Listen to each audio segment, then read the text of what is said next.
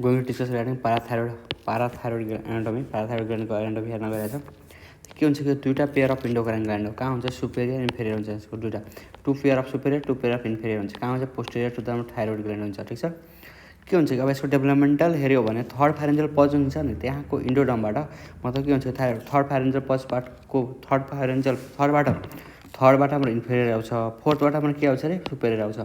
अब थर्डबाट के हुन्छ इन्फेरियर मतलब के हुन्छ यो थर्ड फाइरेन्जियल पज भयो त यो तल जान्छ अनि के हुन्छ इन्फेरियर भन्छ अनि फोर्थबाट हाम्रो माथि नै बसिहाल्छ। त्यही भएर थर्ड एन्ड फोर्थबाट हाम्रो के हुन्छ फोर्थबाट सुपेरियर थर्डबाट हाम्रो इन्फेरियर के भन्छ पाराथाइरोइड डेभलप हुन्छ।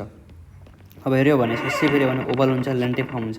साइज हेऱ्यो भने पिस एकदम लार्जेस्ट एकदम लास्टै सानो साइज हुन्छ 6x4x2 mm को हुन्छ 6x4x2 mm। लोकेसन हेऱ्यो भने यो सुपेरियर पाराथाइरोइड ग्ल्यान्ड के हुन्छ सुपेरियर पाराथाइरोइड ग्ल्यान्ड जुन छ नि middle of the posterior border of the each lobe of the thyroid ग्ल्यान्डमा हुन्छ। तर इन्फेरियर हेऱ्यो भने विदिन द फल्स क्याप्सुल के हुन्छ फल्स क्याप्सुलमा हुन्छ।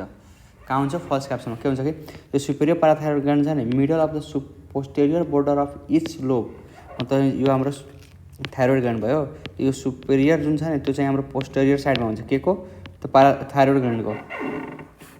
अनि के हुन्छ इन्फेरियर हेऱ्यो भने भेरिएबल इन पोजिसन हुन्छ। जस्तै विदिन द क्याप्सुल हुनसक्छ, आउटसाइड अफ द क्याप्सुल हुनसक्छ अथवा within the thyroid capsule or outside the thyroid capsule हुन्छ विदिन द थाइरोइड क्याप्सुल। के हुन्छ कि यो below the lower pole of the thyroid लोबमा हुनसक्छ इन्फेरियर थाइरोइड आर्टरीको नजिकमा। त्यसपछि के हुन्छ एबभ द इन्फेरियर थाइरोइड आर्टरीको एबभ पनि हुनसक्छ अथवा नियर द पोस्टेरियर बोर्डरमा हुनसक्छ। त्यो चाहिँ हाम्रो लोकेसन भयो भेरिएबल इन पोजिसनमा हुन्छ इन्फेरियर थाइरोइडको। अब यसमा हेऱ्यो भने के हुन्छ कि हाम्रो यो सुपेरियर पाराथाइरोइड ग्ल्यान्ड भयो इन्फेरियर पाराथाइरोइड ग्ल्यान्ड भयो। ठिक छ।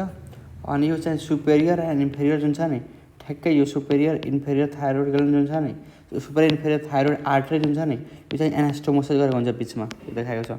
आर्टरियल सप्लाई हेऱ्यो भने inferior thyroid artery and anastomosis between the superior inferior thyroid आर्टरीले सप्लाई गरेको हुन्छ। यो एनास्टोमोसिसले सप्लाई गरेको हुन्छ अथवा इन्फेरियर थाइरोइड आर्टरी यो इन्फेरियर थाइरोइड आर्टरीले सप्लाई गरेको हुन्छ।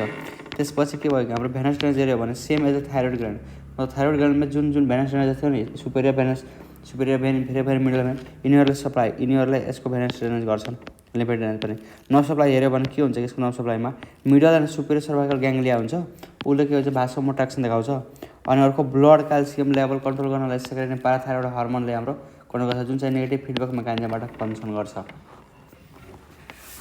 त्यसपछि हिस्टोलोजी यसको हेऱ्यो भने हिस्टोलोजीमा जो 3 क्याप्सुल हुन्छ यो क्याप्सुल भयो। त्यसपछि के हुन्छ अक्जिफिलिक सेल हुन्छ अक्जिफिल सेल अर्को प्रिन्सिपल सेल यो कभर बाई क्याप्सुल हुन्छ। यसमा के हुन्छ cell are arrange in the cord form of the numerous साइनोसोइडको रूपमा बनेको हुन्छ। दुईवटा टाइपको सेल हुन्छ चिप सेल अथवा प्रिन्सिपल सेल भनिन्छ अक्जिफिल अर इसिनोफिलिक सेल भनिन्छ।